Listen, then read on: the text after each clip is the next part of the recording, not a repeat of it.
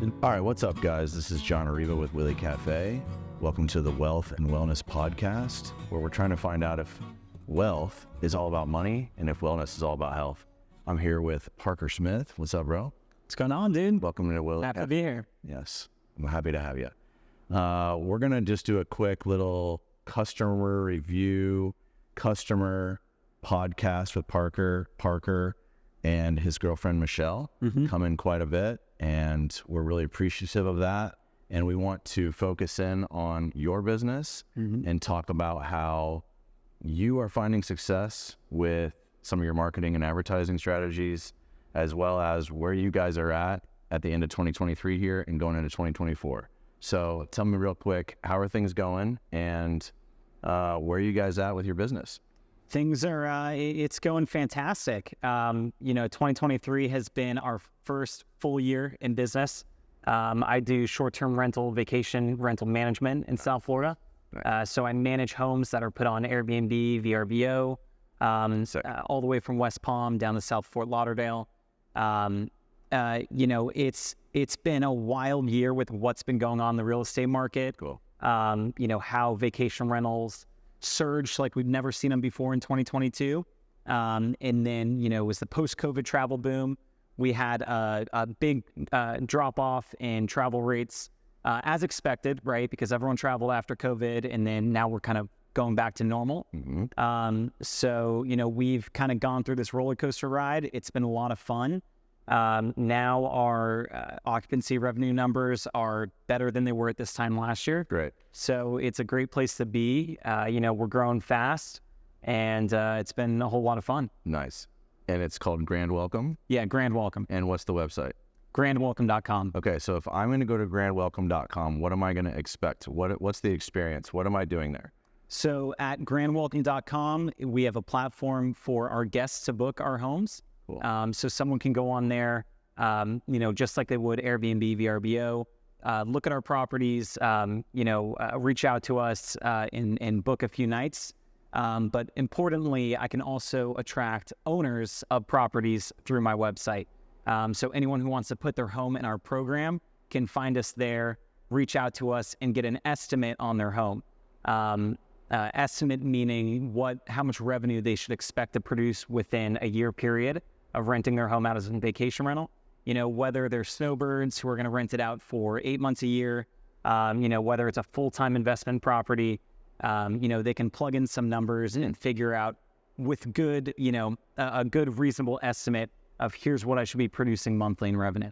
Did you create that tool, or was that tool a plugin? No, I'm lucky enough to be part of a franchise. Oh, cool. So I'm the franchise owner for Palm Beach and Broward County for Grand Welcome. Amazing. But we're a national company with over 100 locations, thousands and thousands of homes managed across the country. Were they a property management vacation rental company prior to this Airbnb, VRBO situation? Yeah, so our founder started in the industry 20 years ago, before Airbnb ever existed.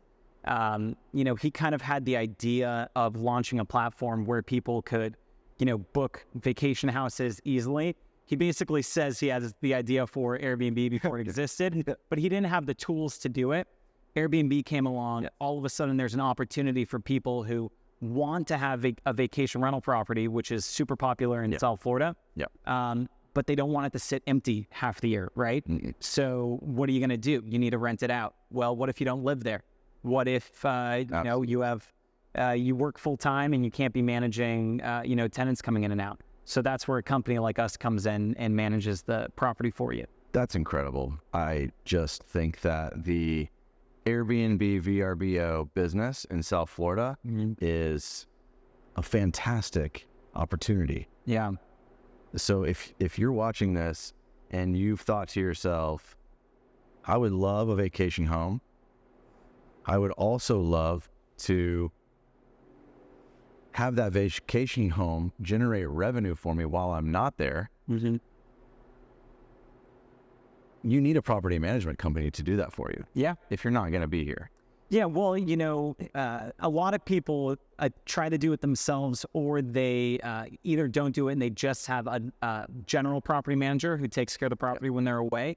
We do general property management in addition to the vacation rental management. Okay, and that's what I meant. That's what I meant. Vacation rental management. Yeah, it's kind of like two sides of the business. Okay. But we do both. Okay. It's an all-in-one package. And that's fantastic that you do both, because I'm going to tell you, I personally, because I've got a couple friends, a couple customers that are doing Airbnb for their second home, and it's a ton of work. Yeah. All of it is a ton of work. Yeah. The whole equation, right? Yeah. Is a ton of work. And so I'll assume that you guys will take that work off of our hands for us and just generate revenue for us. That's what we do, right? We turn it from an active investment into a passive investment. There you go. And a lot of people, I have some customers who, before they signed up with me, they're like, why do I need you? They had never done investment properties before. They never had an Airbnb.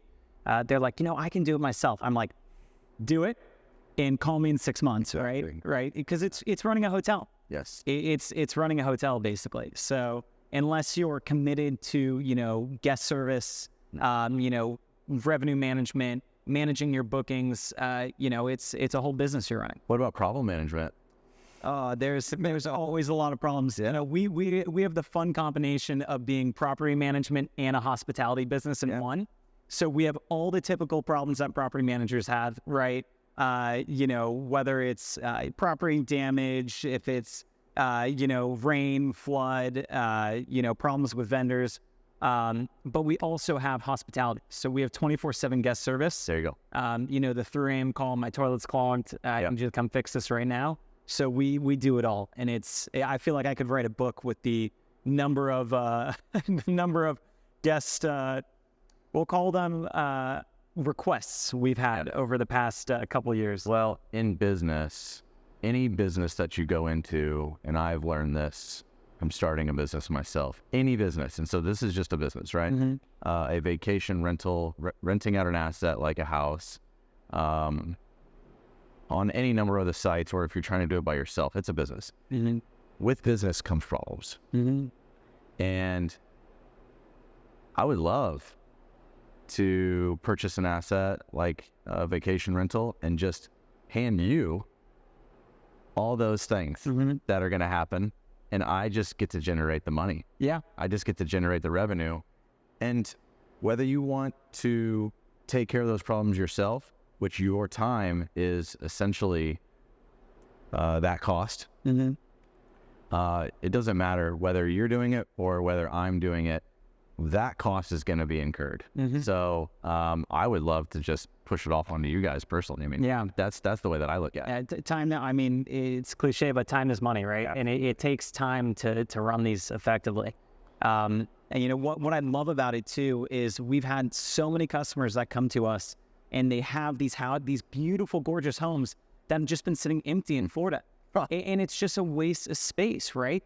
And it's, we have clients who use their properties maybe 4 weeks a year. That's incredible. Right? I know. It's those. insane. And there are these gorgeous condos, these gorgeous single families on the beach. And we're finally, taking these properties that were dead space, basically, in Delray and Boynton, all the way down to Fort Lauderdale. And now we have a massive influx of people coming that are spending money, right? They're coming to cafes like WILLY, right? They're coming year round.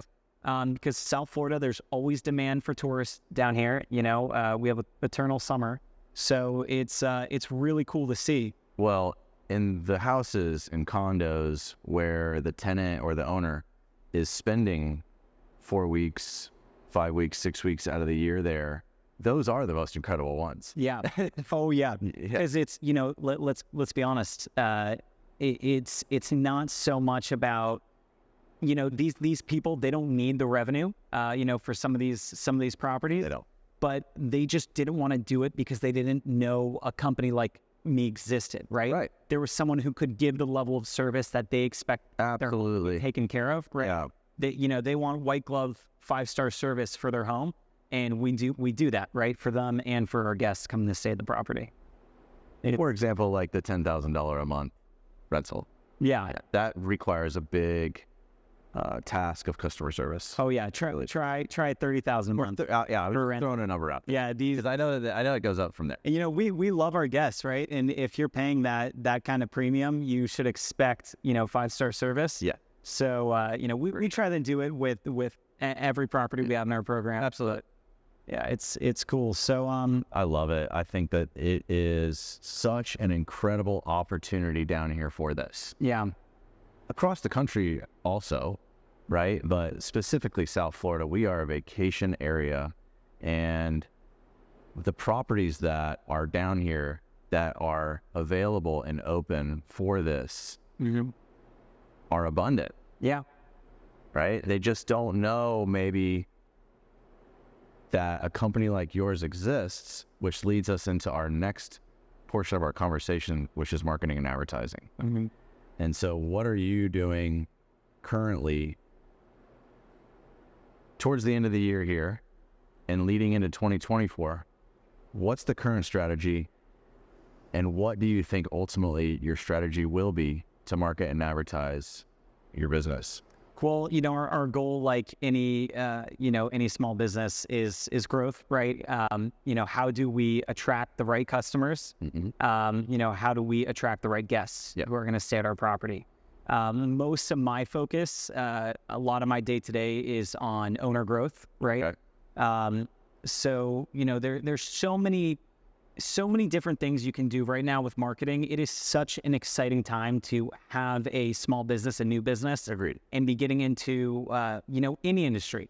What's cool is like some of the things that I'm doing with marketing and social media could apply to your business, right? It could apply to a B2B business, Absolutely. Right? These are universal constants, right? That a lot of these technologies coming out right now, and these ways of marketing can be used by anyone.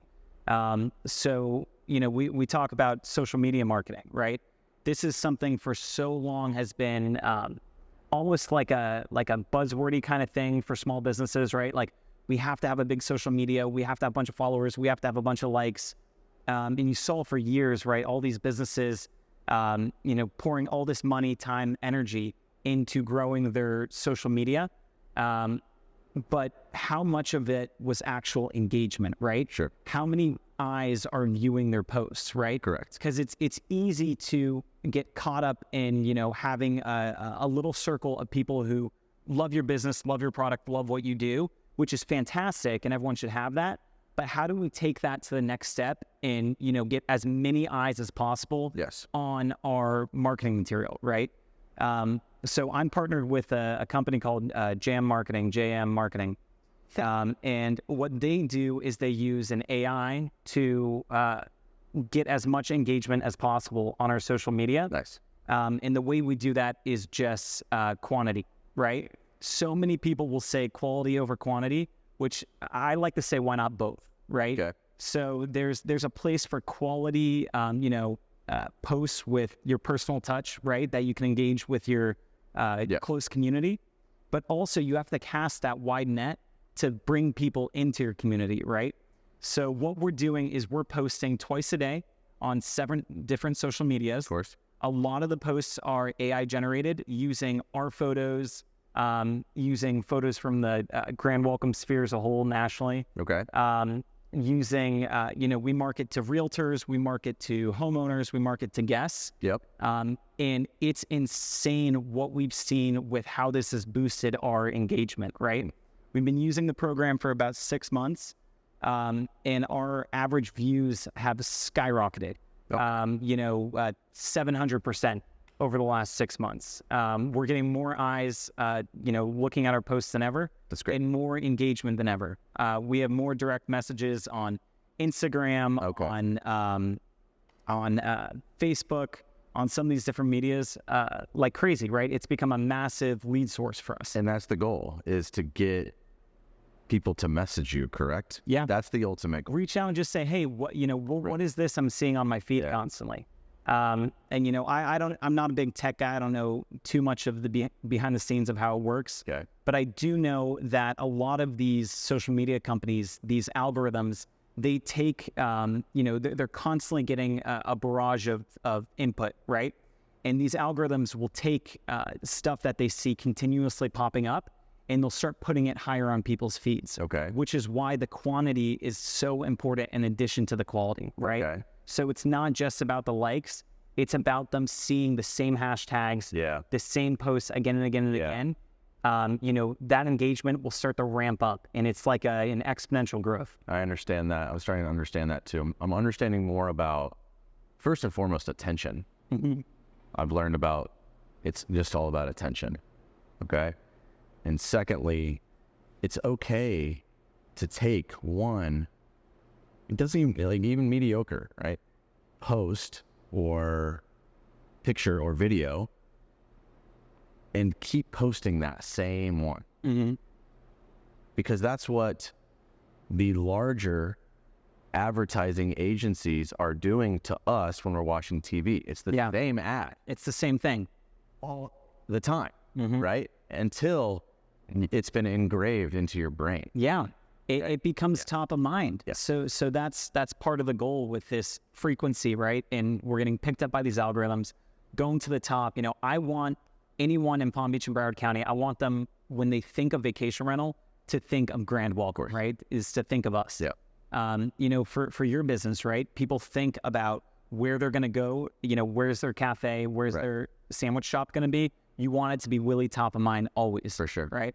That's how you have already cultivated this amazing community, which is, how I found you guys and why I love WILLY so much, is because your core customer base is so, in love with your business that we won't go anywhere else, right? And, how do you take that feeling, right, that you get? Because it's not just the coffee's great. It's not just the food's good. It's, you go, like at least Michelle and I, my girlfriend and I, we go to WILLY because it's like, we feel like we're home there. Right? Yeah, for sure. And it's just this culture you've kind of cultivated. And it's so hard to take that culture and to put it on social media and to advertise it, right? It is. So it's like, how do we take this and we put it online, right? And show people that this is the kind of place that we've built. Yeah, and we've been thinking a lot about what does that strategy look like for 2024? And I'm telling you, I think it really just comes down to, for us, personally for us, it's coming down to, we just want to show that we are a fun, laid back, relaxed, carefree brand. And we have high quality products. Those are the two things that we want to do. And then it's like, okay, well, that's great that we have that idea. How do we translate that to creative? And it's becoming more about, like, we want to put out really high quality stuff now. We've been doing the normal social media, trying to put out as much as possible, trying to take as many pictures as possible, trying to put out as many videos as possible. Now it's coming down to quality. We want to put out quality content that you're going to see multiple times now. That's what I've learned after 2.5, 3 years of retail. Now we're 6 or 7 years into the coffee business, and the coffee business has a much larger net that we need to cast because we're shipping door to door. So somebody in Washington State, how do we get to them? And just like you said, not necessarily talk too much and show them too much about the store, but tell them the story in a creative way specifically about the coffee now. Yeah, it's as simple as just connecting coffee with WILLY, right? Sure. Like that's all the connection you need to make, right? So when they're thinking about where they're going to order their coffee from, they're thinking about WILLY. And the only way to do that is with consistency, right? Yes. They have to see the frequently. There you go. And they have to be, they don't have to jump right on it. But if they see a post from WILLY 5 times, like you said, it's the same thing big marketers do with us. Yes. You see the same commercial 10 times, and then all of a sudden you can't imagine yourself using anything but Tide to wash your clothes. Right, correct. Right. And that's, sometimes it's like verbalizing things and like listening to somebody like you say that to me, that like keeps hitting at home of what I should be focusing my time on. When it comes to the bigger net, which is door-to-door coffee sales of our incredibly fresh coffee that we've tried to cultivate over the last 7 years to figure out how do we get you, the consumer, you get to come to the store and get it and drink it right there. Now, how do I get it? We ship it every 2 weeks from Armenia, Colombia to Florida to our stores. And then now, how do I get them to understand that they need to try this? Just how good this coffee is. Yeah, right? Like in Nebraska. Yeah. Or in Idaho. To a coffee lover in Idaho. Yeah. Was that? So that's now those strategies that we're looking towards, and it's like daunting sometimes to because we are so regional here, and we really are trying to get everybody to come, but we also have this other task that is just like your guys' company. You guys are a nationwide company, so then you guys are also working on nationwide marketing and advertising. And we all play a part in the national side, right? Okay. Even though I'm focused on my market, I have neighbors just north and south of me, and it's all about branding on a national level too. And what's funny is like you're talking about your coffee, and like how do we get them to understand that this is something you want to order, this is good coffee. Like having being a business owner running this cafe, you have fantastic products, right? You have amazing coffee. That's why I first came to you guys, right? You have the community, you have all of this, but what's so funny is it's the hardest thing you can do isn't really making all those products, it's taking the next step to getting everyone wanting to try these products. Absolutely. Right? It's the scaling up, which is it feels almost impossible to do. Yeah, it does. And that's really the most difficult part about growing a business, right? You can always figure out, how we're going to make more. How are you going to make more kombucha? How are you going to order more coffee? How are you going to open new locations like this one you have here, right? These are day-to-day operational things. But the national sales and marketing side, or the bigger national marketing and sales side, that's really where it becomes difficult, and it's I need to allocate time to thinking about how we're going to scale this. Absolutely, and there's barely any time to allocate towards that. Right? You're an owner operator just like me, so I'll talk to blue in the face about these things, but I wake up in the morning and my phone's ringing with issues from dawn to dusk, right? Yeah, and then into the night. So it's a challenge for any small business owner to spend your time wisely, right? And force yourself to do the things you don't want to do and to do the really difficult things. Yes, I totally agree with that. And for sure, advertising and marketing is, correct me if I'm wrong, is probably the most important thing to be doing. Yeah, it's, I think about like value of every minute spent, right? When you're owner operators like us, every minute counts in the day, right? Like every minute. So my highest value minute is probably spent working on marketing, right? Or just sales in general. Yes. And ironically, it's the hardest time to carve out is to do that too. For sure. But everyone can do it, delegate, hire, right? Delegate. That's what I'm doing. Delegate. Yeah. I just delegated it. Yeah, there you go. But also I had to figure out the system for it. So it's also systems. It's SOPs, systems, and delegation it's becoming so important in my business.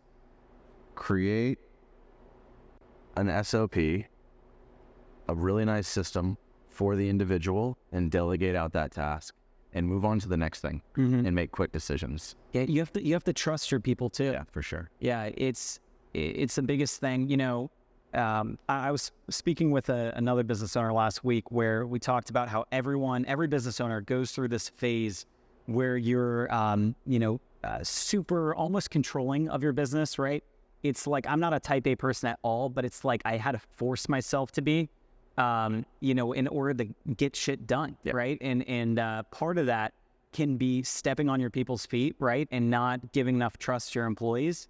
And what I've found is, I think one of the biggest motivators in people is agency, right? Okay. The ability to think that, not to think, but to have real impact on the choices you make day to day in your job, right? Like, sure.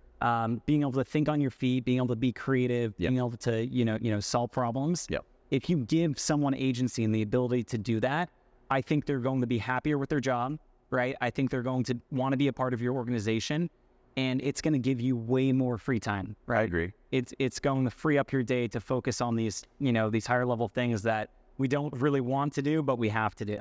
And the way I explain what you just described is this, because I now have 2 kids. It's your baby.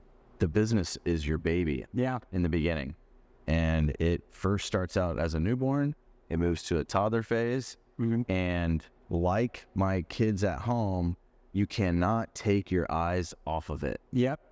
Because it will run away a little bit this way in the direction you do not want it to be running in. Yeah. Okay. And so that is the hardest part in the early stages of your entrepreneurial journey, is letting go of the reins and entrusting in your employees. Yeah. And it's tough, man, because I'm going to tell you, it's so hard to let go of your child and give them over to somebody else. The same as the parallels are unbelievable. Yeah. Right? Because for the first time as a parent, you're like, oh my gosh, I'm going to have a babysitter and go out to dinner for 2 hours. Yeah. It's the craziest thing you can ever do. Yeah. Like a parent, right? And it transitions. It's the parallel over to business is exactly the same. And it's like, for the first time, I'm going to leave this business in somebody else's hands. Yeah.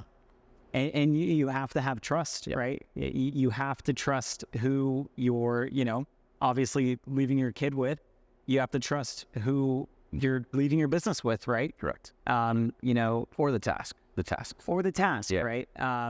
But, or like you said, a procedure, a process you put in place, right? Mm-hmm. And you could create it. That's your baby, right? Like, I know I do this all the time in my business. I'll have great part about being a franchise is I have these national SOPs. It's nice. From people who have done it before I have, Yes. made a lot of mistakes before me. Yes. I can take it, kind of rework it into what fits my market. Right. And then I have this finished this finished product, which I'm so proud of and I love doing, but I can't keep doing it forever. I have to give it to someone else. Absolutely. And it's just that trust of, handing it over and letting that person handle it. It's kind of a big moment, but something I think everyone goes through. Parker, thanks for coming. Thanks for having me. Perfect. That's the Wealth and Wellness Podcast at Willy Cafe. I'm John Arrivo, and we'll be back again for another episode here very soon. Thanks a lot. I was perfect there. Wait. That's so fun, dude. I can't wait to have my own.